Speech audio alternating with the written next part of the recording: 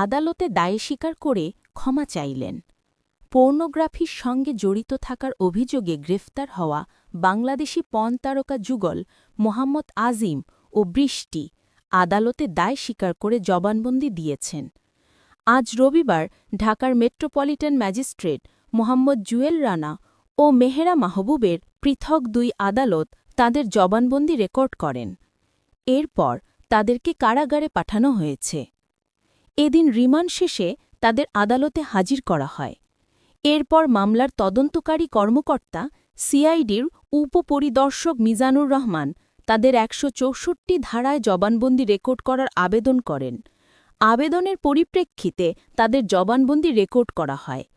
এর আগে ২০ অক্টোবর ভোররাতে সিআইডির এলআইসি ও cyber police centre CPC unit বান্দরবানের হাজীপাড়ার বালাঘাটা এলাকা থেকে তাদের গ্রেফতার করে।